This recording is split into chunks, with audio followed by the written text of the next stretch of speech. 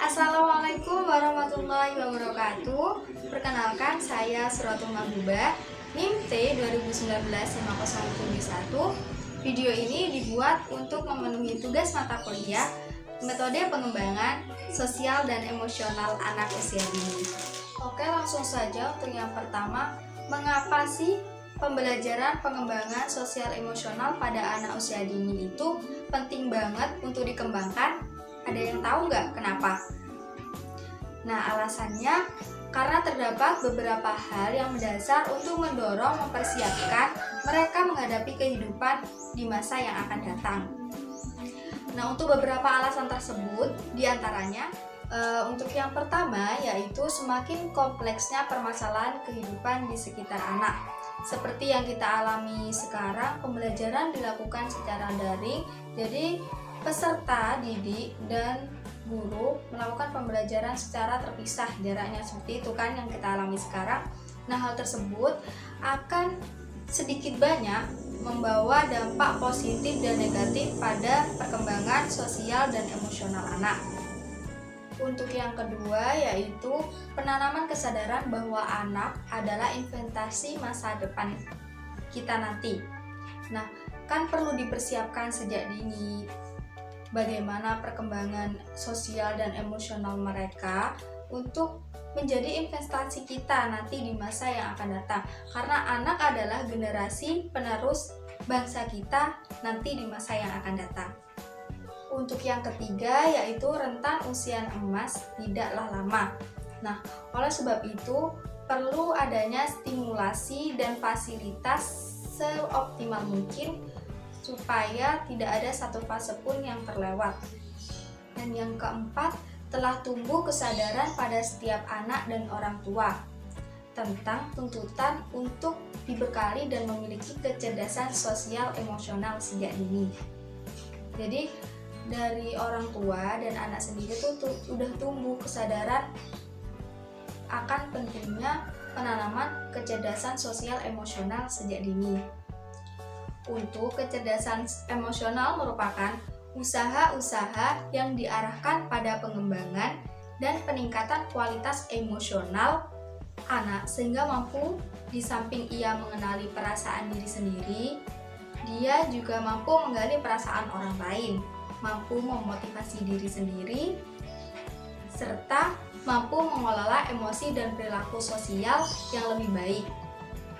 Untuk indikator mutu emosional tersebut meliputi kualitas empati, kualitas dalam mengungkapkan dan memahami perasaan, mengalokasikan rasa marah, kemandirian, mampu menyesuaikan diri, disukai dan tidak, kemampuan memecahkan masalah antar pribadi, serta ketekunan dan kualitas ketidakkesekawanan.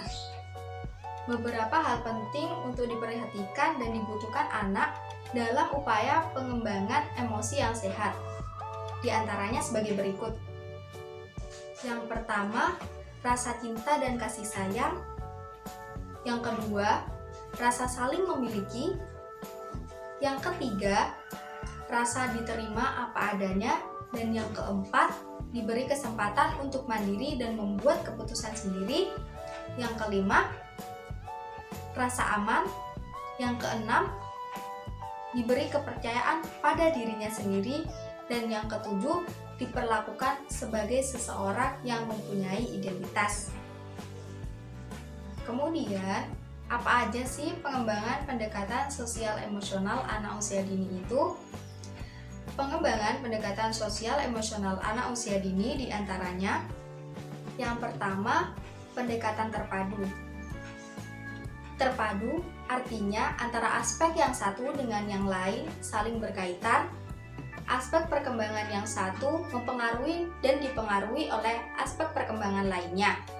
Nah, dalam hal ini pembelajaran yang cocok adalah pembelajaran tema. Karena melalui tema, anak akan lebih mudah dalam membangun konsep tentang benda atau peristiwa yang ada di sekelilingnya. Untuk yang kedua, pendekatan rutin.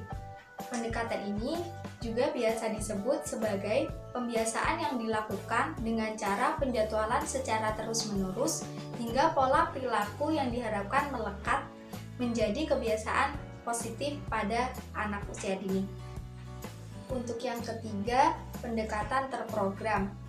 Pelaksanaan pendekatan ini dilakukan melalui kegiatan terprogram yang dibuat secara terencana, menjadi sasaran atau agenda utama saat program itu dilaksanakan.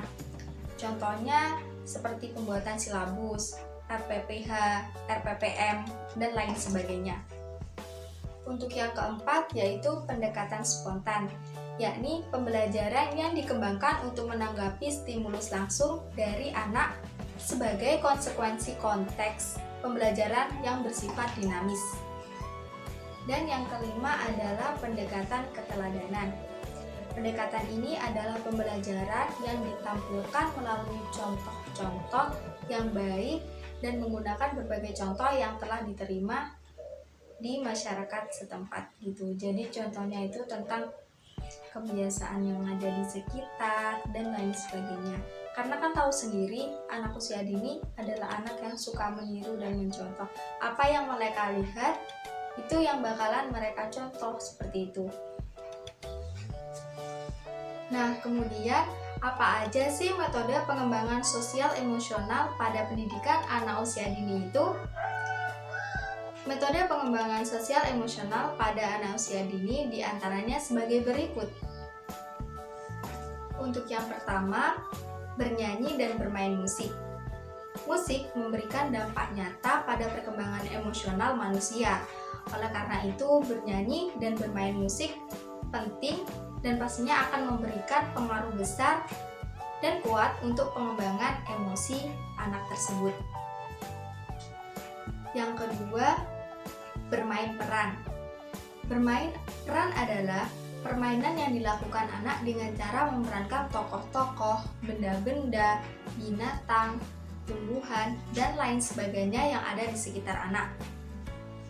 Melalui permainan ini, daya imajinasi anak, kreativitas, empati, serta penghayatan dapat berkembang.